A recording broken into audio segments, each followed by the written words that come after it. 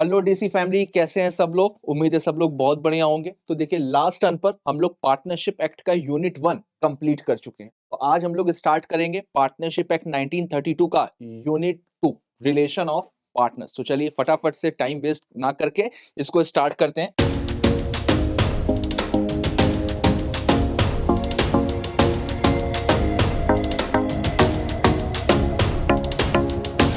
Unit 2, relation of partner. तो देखिए, सबसे पहले रिलेशन ऑफ पार्टनर का मतलब क्या हुआ, पार्टनर्स के आपस में रिलेशन कैसे होंगे। अब देखिए, कुछ लोग मिल करके एक एसोसिएशन बना रहे हैं और उस एसोसिएशन का मोटिव क्या है। एसोसिएशन का मोटिव है प्रॉफिट कमाना, बिजनेस करना। तो उनके आपस के रिलेशंस कैसे होंगे, इस बात को डिफाइन करता है आपका पार्टनरशिप एक्ट। तो देखिए,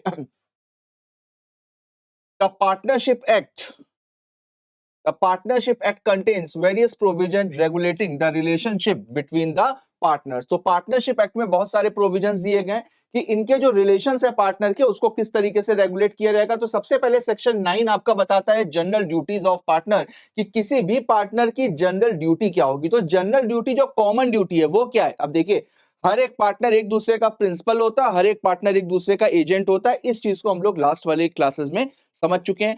अब उसके बाद में अगर कोई भी पार्टनर फर्म में काम कर रहा है या बिजनेस में पार्टिसिपेट कर रहा है, तो उसका एक कॉमन वो होना, अगर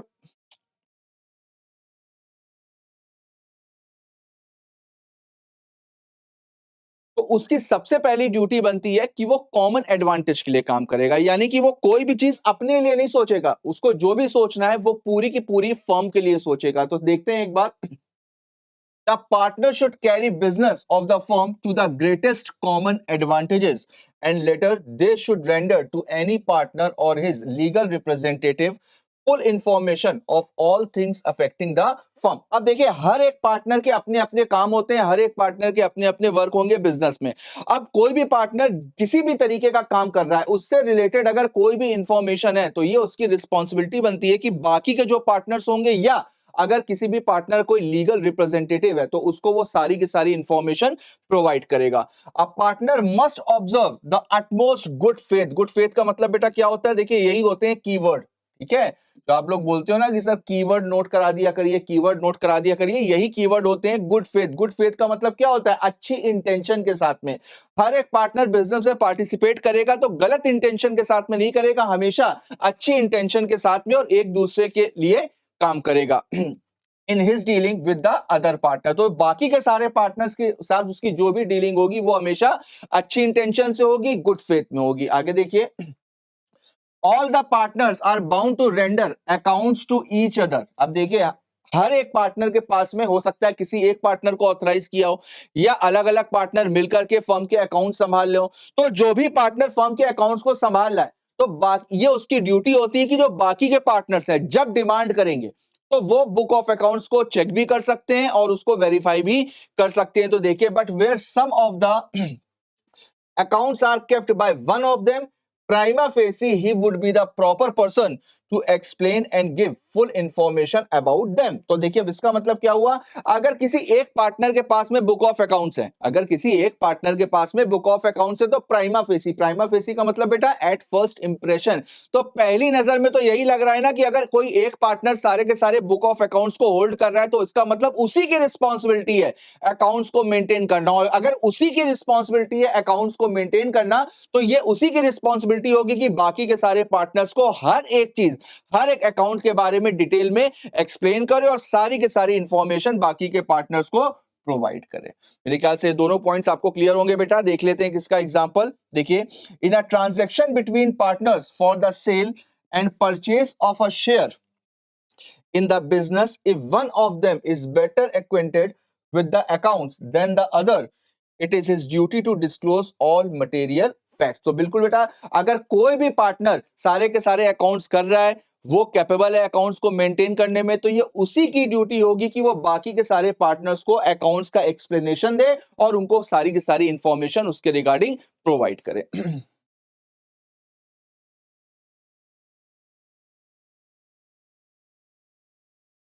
अब देखिए, duty to indemnify for loss caused by fraud. अब अगर किसी भी पार्टनर ने फ्रॉड किया है, अब अगर किसी भी पार्टनर ने फ्रॉड किया है, अब देखो यहां पर दो सिचुएशन बेटा हो सकती हैं। अगर कोई भी पार्टनर अपनी अथॉरिटी के अंदर रह करके काम कर रहा है और उसमें उसने कोई फ्रॉड किया है, तो थर्ड पार्टी के लिए तो बाकी के सारे पार्टनर्स भी लायबल होंगे। इसका एक एग्जांपल ले लेते हैं, जैसे सपोज करिए ए, बी, सी, डी, ये चारों पार्टनर है, ठीक है। ए का काम, मान लीजिए डी का काम है परचेज करना, डी का काम है परचेज करना, और इन्होंने परचेज करने में ही कोई फ्रॉड किया है, परचेज करने में ही कोई फ्रॉड किया है। तो अब जिसके साथ में भी फ्रॉड किया है, यानी कि जो थर्ड पार्टी है जिसके साथ में फ्रॉड किया, उसके लिए तो ये सारे के सारे पार्टनर्स लायबल होंगे, यानी पूरी की पूरी फर्म लायबल होगी, क्योंकि उसने अपनी अथॉरिटी के अंदर रह करके काम किया है। लेकिन अगर मान लीजिए कि डी का काम है परचेज करना और डी ने सेल में कोई फ्रॉड किया है जो कि उसकी अथॉरिटी के बाहर आता है, उसके लिए अकेला यही लायबल होगा।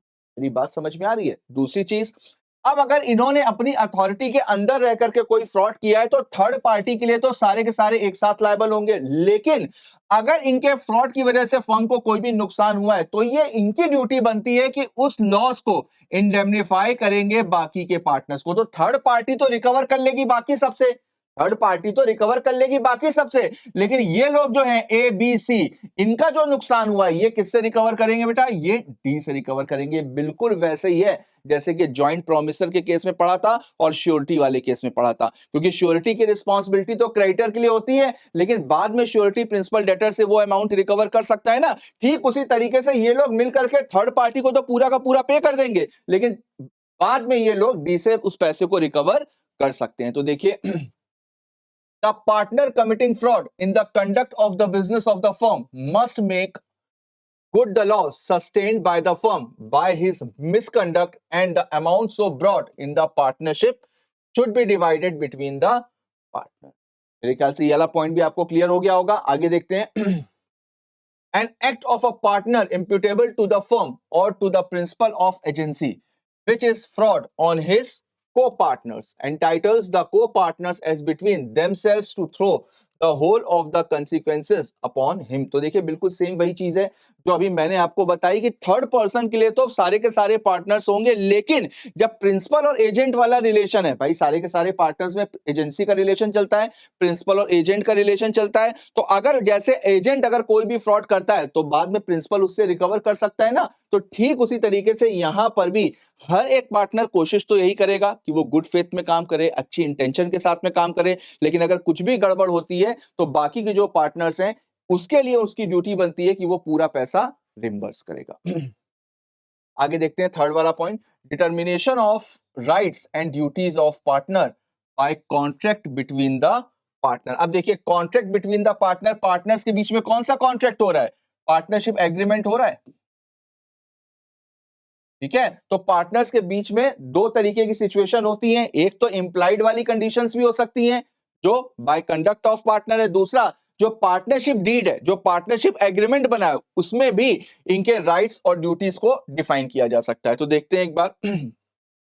Subject to the provisions of this act, the mutual rights and duties of the partners of a firm may be determined by the contract between the partner, and such contract may be expressed or may be implied by the course of dealing। देखिए same वही चीज है कि कोई भी rights होंगे, कोई भी ड्यूटीज होंगी, वो एक्सप्रेस भी हो सकती हैं, यानी कि जो पार्टनरशिप डीड है उसमें मेंशन भी हो सकता है और इंप्लाइड भी हो सकता है कोर्स ऑफ डीलिंग को देखते हुए। सच कॉन्ट्रैक्ट में be varied by consent of all the partners, and such consent may be expressed or may be implied by the course of dealing। अब देखो जब सारे पार्टनर्स के राइट्स और ड्यूटीज के बारे में बात करी जाएगी तो वहां पर ऐसा नहीं होगा कि कोई एक पार्टनर ये डिसाइड करेगा कि किसके क्या क्या अधिकार हैं और किसकी क्या क्या ड्यूटीज हैं।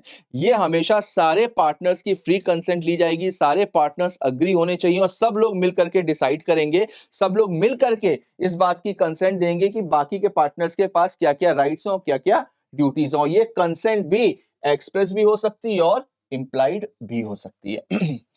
आगे देखिए, agreement in restrain of trade, ये भी चीज हम लोगों ने इंडियन कॉन्ट्रैक्ट एक्ट में पढ़ी हुई है कि अगर पार्टनर्स जो आउटगोइंग पार्टनर है उसके ऊपर भी रिस्ट्रिक्शन लगाई जा सकती है, या अगर कोई भी पार्टनर फर्म में काम कर रहा है तो during the continuation of business उस पार्टनर के ऊपर रिस्ट्रिक्शन लगाई जा सकती है, सारे पार्टनर्स के ऊपर ये रिस्ट्रिक्शन लगाई जा सकती है कि वो फर्म के साथ में कॉम्पीट नहीं करेगा, यानी कि जो फर्म बिजनेस कर रही है वो खुद का बिजनेस स्टार्ट नहीं करेगा। देखिए, notwithstanding anything contained in section 27 of the Indian Contract Act 1872, such a contract may provide that a partner shall not carry on any business other than that of the firm while he is a partner. तो देखिए, Indian contract act का section 27 क्या कहता है कि restrain of trade, अगर restrain of trade को लेकर के कोई भी एग्रीमेंट किया तो वो पूरी तरीके से वॉइड होगा, ठीक है। लेकिन इसका एक्सेप्शन भी है कि अगर कोई भी पार्टनर फर्म में है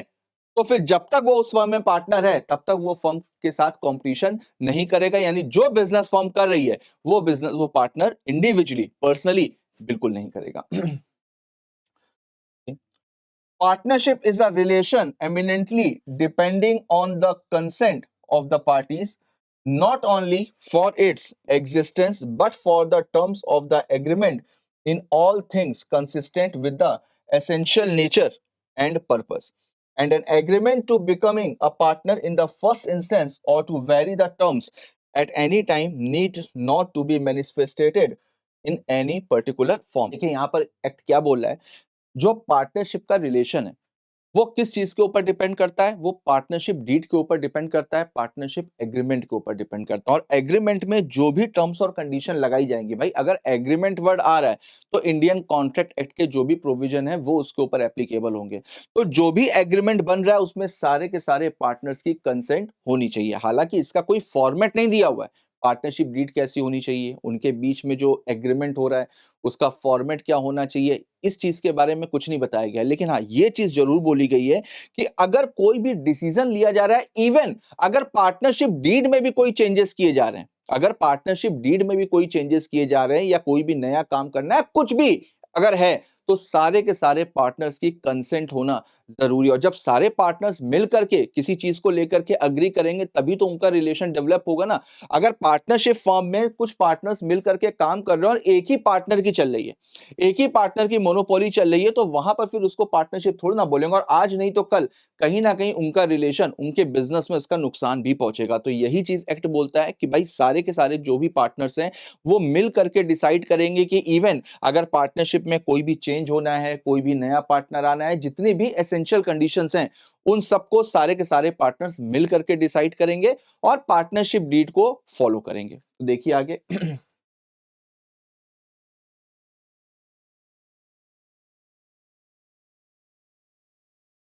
अब देखिए, the conduct of the business,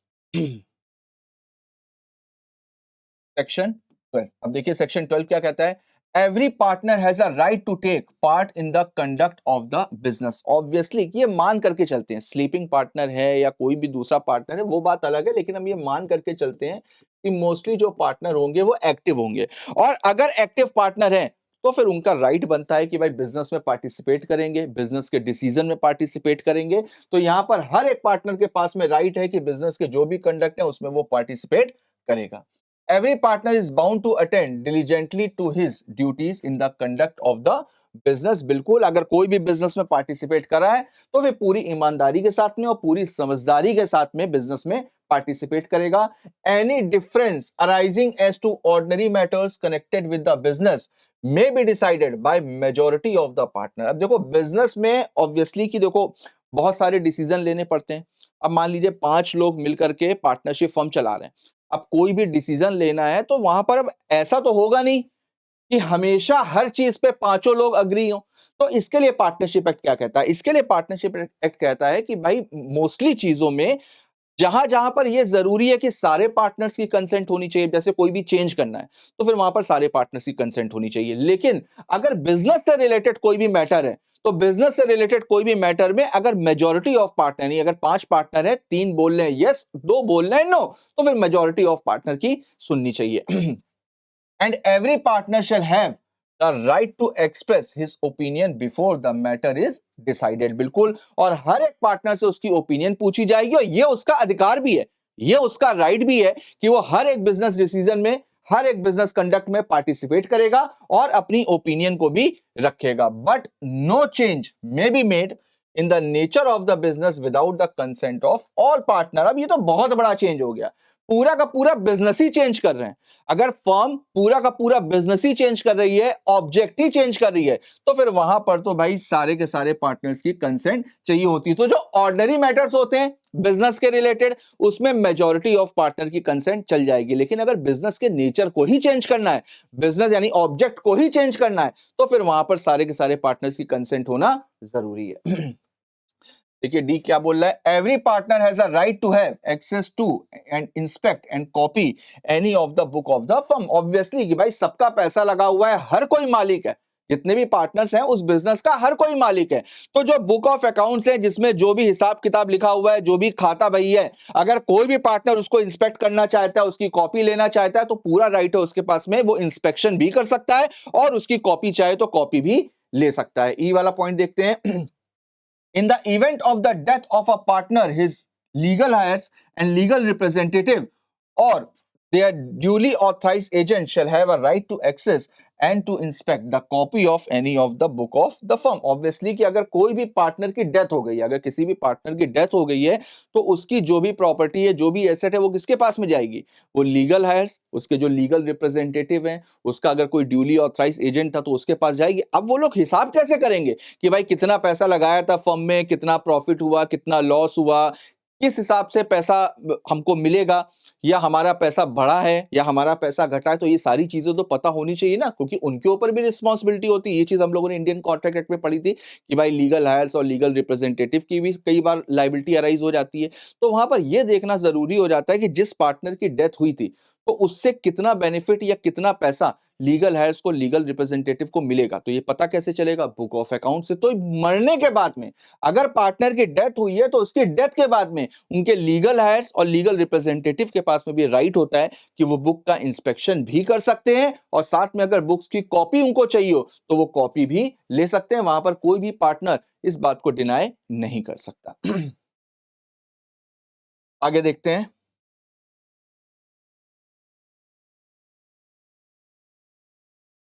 section 12 subsection ए, देखिए क्या बोलता है, right to take part in the conduct of the business. भाई बिजनेस में कोई भी डिसीजन होने, मैनेजमेंट कोई भी काम करेगा तो सारे पार्टनर्स मिल करके करेंगे। ये चीज अभी हम लोग पढ़ करके आए हैं। देखिए, every partner has the right to take part in the business of the firm. This is because partnership business is a business of the partner and their management powers are generally coextensive. बिल्कुल, ये जो भी management की power होंगी, जो भी operation से related काम होगा, वो सारे पार्टनर्स के होंगे। क्यों? क्योंकि पार्टनरशिप का जो बिजनेस होता है वो सारे के सारे पार्टनर्स का होता है, और सारे पार्टनर्स उस बिजनेस के ओनर होते हैं। ये चीज मैंने आपको अभी बताई। ठीक है, एग्जाम्पल बेटा बिल्कुल वैसे ही है। एग्जाम्पल एक बार देख लीजिएगा शीट में। ठीक है, बिल्कुल सेम वैसे ही है जैसा कि मैंने बताया आपको। अब जैसे अगर मान लीजिए, हल्का सा मैं एक बार ब्रीफ कर देता हूं कि जैसे अगर मान लीजिए कि कोई भी फर्म है, वो किसी भी पार्टनर को उसके राइट्स को यूज नहीं करने दे रही है। अगर कोई भी फर्म है, वो किसी पार्टनर को अपने राइट्स को यूज नहीं करने दे रही, यानी मैनेजमेंट में पार्टिसिपेट नहीं करने दे रही है, या उसको उसके पास जो भी राइट्स हैं वो उसको इन्फोर्स नहीं कर पा रहा है, वो अपने राइट्स को लेकर के नहीं जा पा रहा है। ठीक है, तो क्या उस केस में कोर्ट में जा सकता है? बिल्कुल जा सकता है। देखिए, कोर्ट हमेशा ये एजम्पशन लेकर के चलेगी कि जितने भी पार्टनर्स हैं वो पार्टनरशिप डीड के अकॉर्डिंग, पार्टनरशिप कॉन्ट्रैक्ट के अकॉर्डिंग अपना काम कर रहे होंगे। ठीक है, लेकिन अगर किसी पार्टनर के राइट्स का वायलेशन होता है, तो उसके पास में पूरा राइट होता है कि वो कोर्ट में जा सकता है और कोर्ट में जा करके अपने राइट्स को इन्फोर्स करा सकता है। Right to be consulted, obviously कि भाई अगर बिजनेस में कोई भी डिसीजन होगा, अभी मैंने आपको बताया कि बिजनेस में कोई भी डिसीजन होगा तो सबसे डिस्कस करने के बाद में होगा। यही एक सबसे बड़ी वजह होती है पार्टनरशिप फर्म के डूबने की या पार्टनरशिप फर्म में बिजनेस बंद होने की, क्योंकि ऐसे ही डिफरेंस क्रिएट होते हैं। ठीक है, तो हमेशा कोशिश ये करनी चाहिए कि हर एक पार्टनर एक दूसरे के लिए गुड फेथ में आकर के काम करे। तो यहां पर वही चीज बताई गई कि अगर कुछ भी डिसीजन लेना है तो हमेशा एक दूसरे से कंसल्ट करके ही लेना चाहिए। देखिए, where any difference arises between the partners with regard to the business of the firm, it shall be determined by the views of the majority of them, and every partner shall have right to express his opinion before the matter is decided. तो अगर उनके बीच में कोई भी confusion होता है, कोई भी डिफरेंस होता है, तो फिर उस सिचुएशन में क्या होगा, उस सिचुएशन में सारे के सारे पार्टनर्स बैठेंगे और जो भी मेजोरिटी ऑफ देम डिसीजन लेंगे, उनमें से जो भी मेजोरिटी होगी वो जो डिसीजन लेगी वही फाइनल होगा। लेकिन हाँ, हर एक को अपनी ओपिनियन रखने का राइट होगा, जैसे अभी हम लोग पढ़ करके आए हैं।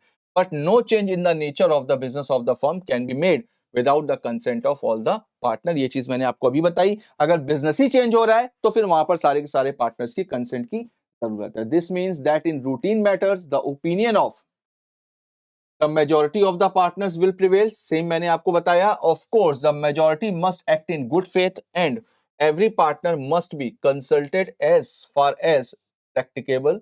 It may be mentioned that the aforesaid majority rule will not apply where there is change in the nature of the firm itself. In such a case, the unanimous resolution या unanimous consent of the partner is needed. बिल्कुल, अगर firm के nature में change हो रहा है, business के nature में चेंज हो रहा है, फर्म के ऑब्जेक्ट में चेंज हो रहा है, तो फिर यूनानिमस कंसेंट का मतलब होता है बेटा 100%, यानी कि सारे के सारे पार्टनर्स अग्री होने चाहिए। ठीक है, तभी बिजनेस का नेचर चेंज हो पाएगा। देखिए सेक्शन 12D क्या बोल रहा है, right of access to books. Same वही चीज है जो भी मैंने बताई। Every partner whether active or sleeping is entitled to have access to any of the book of the firm and to inspect and take out of copy thereof. चाहे वो sleeping partner हो, चाहे वो कोई भी partner हो, पैसा तो भाई लगा हुआ है ना। हम बिजनेस में पार्टिसिपेट नहीं कर रहे तो क्या हुआ, पैसा तो हमारा लगा हुआ है, तो हिसाब किताब लेने का राइट तो हमारे पास में होगा ना। तो इसी वजह से चाहे किसी भी तरीके का पार्टनर हो, उसके पास में पूरी तरीके से राइट होता है कि फर्म के बुक ऑफ अकाउंट्स को वो इंस्पेक्ट भी कर सकता है और कॉपी भी ले सकता है। The right must however B exercised बोना FIDE right of legal hires, representative and their duly authorized agents in the event of the death of the partner। Same वही चीज है जो भी मैंने आपको बताई। ठीक है, तो अगर पार्टनर की डेथ हो जाती है तो उसकी डेथ के बाद में जो भी लीगल रिप्रेजेंटेटिव्स वगैरह होंगे उनके पास में भी ये राइट आ जाता है कि वो बुक ऑफ अकाउंट्स का इंस्पेक्शन भी कर सकते हैं और साथ में कॉपी भी ले सकते हैं। आगे देखते हैं। देखिए कुछ म्यूचुअल राइट्स एंड लाइबिलिटीज दी हुई हैं सेक्शन 13 में, वो देखते हैं क्या है। सबसे पहले तो a partner is not entitled to receive remuneration for taking part in the conduct of the business. भाई आप जो भी काम कर रहे हो वो अपने बिजनेस के लिए कर रहे हो ना, आप जो भी काम कर रहे हो अपने बिजनेस के लिए कर रहे हो ना। पार्टनर तो ओनर है, तो उस काम को करने की क्या आपको सैलरी अलग से मिलेगी क्या?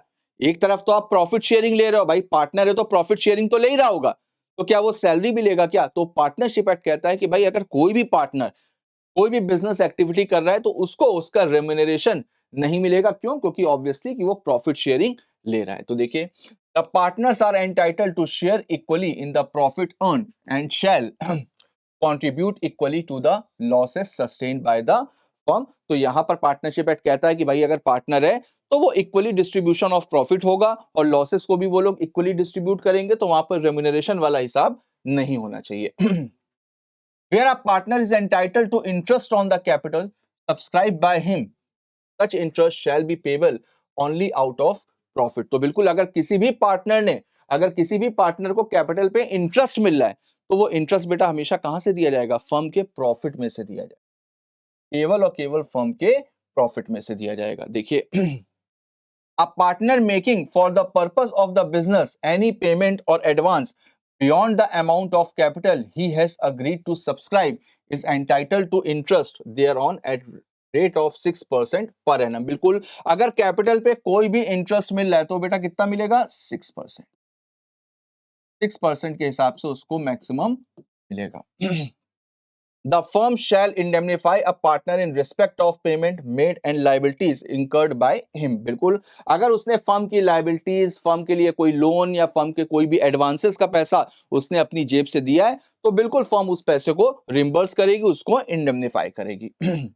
In the ordinary and proper conduct of the business and in doing such act in an emergency for the purpose of the protecting the firm from the loss as would be done by the person or ordinary prudence in his own case under similar circumstances। बिल्कुल अब देखिए, अब अगर कोई भी partner step ना लेता, firm के साथ कोई इमरजेंसी आ गई, फर्म को कोई नुकसान होने वाला था, लेकिन एक पार्टनर आगे बढ़ा और उसने समझदारी वाला काम किया और फर्म को नुकसान होने से बचा लिया।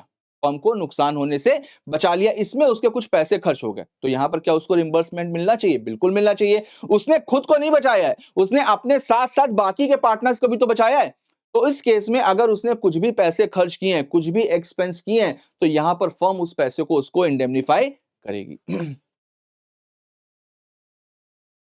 देखिए, a partner shall indemnify the firm for any loss caused to it by his wilful neglect in the conduct of the business of the firm. तो ये वाला पॉइंट भी अभी हम लोगों ने डिस्कस किया कि अगर किसी भी पार्टनर के फ्रॉड या किसी भी पार्टनर ने मिसकंडक्ट किया है, उसकी वजह से अगर फर्म को कोई भी लॉस हो रहा है, तो उस पार्टनर की ये ड्यूटी बनती है, उस पार्टनर की ये रिस्पॉन्सिबिलिटी बनती है कि पूरी फर्म के पार्टनर्स को वो इंडेमनीफाई करेगा।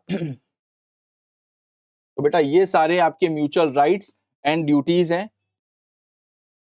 तो इसको एक बार अच्छे से देख लीजिएगा, ये एग्जाम के पॉइंट ऑफ व्यू से भी इंपॉर्टेंट है। देखो जो पॉइंट अभी हम लोग पढ़ करके आए हैं, ठीक है, उसी को ही यहाँ पर डिटेल में इन्होंने डिस्क्राइब किया है। सेम वही चीज है जो अभी मैंने आपको बताई, तो एक बार इसको पढ़ लेते हैं। देखिए, राइट टू रेम्यूनरेशन, मैंने आपको बताया, no partner is entitled to receive any remuneration in addition to his share in the profit of the firm for taking part in the business of the firm, but this rule can always be varied by an express agreement or by a course of dealing in which event the partner will be entitled to remuneration। और अगर कहीं पर भी partner को remuneration की बात की जा रही है, तो फिर वहां पर पार्टनरशिप डीड में एक्सप्रेसली ये चीज मेंशन होनी चाहिए कि यहां पर पार्टनर को रेम्यूनरेशन मिलेगा। अगर एक्सप्रेसली मेंशन नहीं है तो फिर वहां पर नहीं मिलेगा।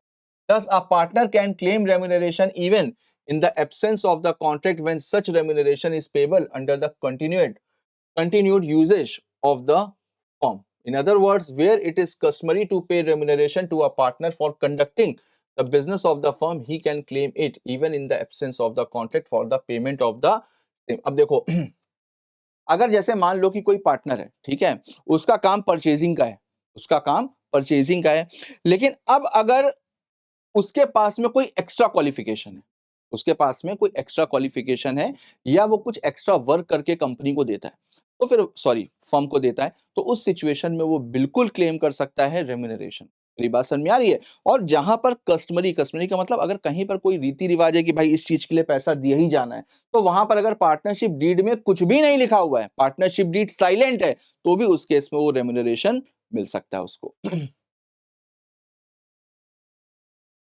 यहाँ पर देखिए, he can claim it even in the absence of the contract for the payment of the. देखिए, राइट टू शेयर प्रॉफिट, बिल्कुल हर एक पार्टनर एंटाइटल्ड होता है प्रॉफिट को शेयर करने में equally earn and so contributed equally to the losses sustained by the firm. और firm को जितना भी लॉस हुआ है उसके लिए भी वो इक्वली लायबल होगा। The amount of a partners share must be ascertain by inquiring whether there is any agreement in that behalf between the partners. If there is no agreement, then you should make a presumption of equality। अब देखो, किस partner ने कितना पैसा लगाया है, किस partner को कितना प्रॉफिट मिलेगा, तो ये सारी चीजें पार्टनरशिप डीड में मेंशन होती हैं, ठीक। लेकिन अगर पार्टनरशिप डीड साइलेंट है, पार्टनरशिप डीड में कुछ भी नहीं लिखा हुआ है, तो हम हमेशा क्या मान करके चलेंगे कि भाई सबने इक्वल कंट्रीब्यूशन किया हुआ है। देखिए, burden of proving that the shares are unequal will lie on the party alleging the same। तो वहां पर burden of proof किसके ऊपर होगा? अब अगर कोई पार्टी ये कहती, यानी कि कोई पार्टनर कहती भाई हमने तो ज्यादा पैसा लगाया, कोई पार्टनर कह रहा है हमने ज्यादा पैसा लगाया, बाकी के पार्टनर्स ने कम पैसा लगाया, लेकिन पार्टनरशिप डीड में कुछ भी नहीं लिखा है, तो उस केस में बर्डन ऑफ प्रूफ, यानी जब डिस्प्यूट हुआ है तो सारे पार्टनर्स कहां जाएंगे? कोर्ट में जाएंगे। तो कोर्ट में बर्डन ऑफ प्रूफ किसके ऊपर रहेगा? जो आरोप लगा रहा है, जो एलिगेशन लगा रहा है, उसी के ऊपर बर्डन ऑफ प्रूफ होगा।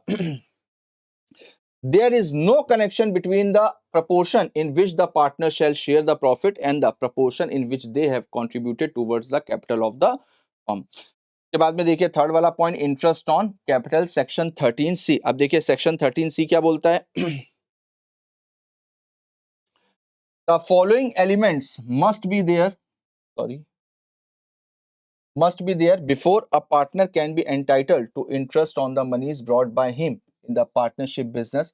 तो अब अगर किसी भी पार्टनर को इंटरेस्ट मिल रहा है, जो उसने कैपिटल दी है उस पर अगर इंटरेस्ट मिल रहा है, तो ये सारी कंडीशन सेटिस्फाइड होनी चाहिए। सबसे पहले तो एन एक्सप्रेस एग्रीमेंट होना चाहिए, यानी एक्सप्रेस एग्रीमेंट, यानी एग्रीमेंट में ये चीज मेंशन होनी चाहिए। और practice of the particular partnership, any trade custom to that effect, या तो भाई कोई कस्टम है ऐसा कि जिसमें इंटरेस्ट की बात करी जा रही है, statutory provision which entitles him to such interest, और या अगर कोई स्टैट्यूटरी प्रोविजन है, कोई लॉ में कोई प्रोविजन लिखा हुआ है, तो उस सिचुएशन में इंटरेस्ट मिलेगा, अदरवाइज इंटरेस्ट नहीं मिलेगा।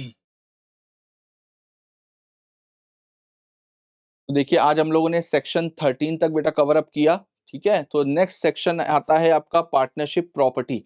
तो नेक्स्ट टर्न पर हम लोग इसको भी कवर अप करेंगे, पार्टनरशिप प्रॉपर्टी को। तब तक आप इतने सेक्शन 13 तक एक बार रिवाइज करके आइएगा। तो चलिए मिलते हैं नेक्स्ट क्लास में, तब तक के लिए ऑल द बेस्ट।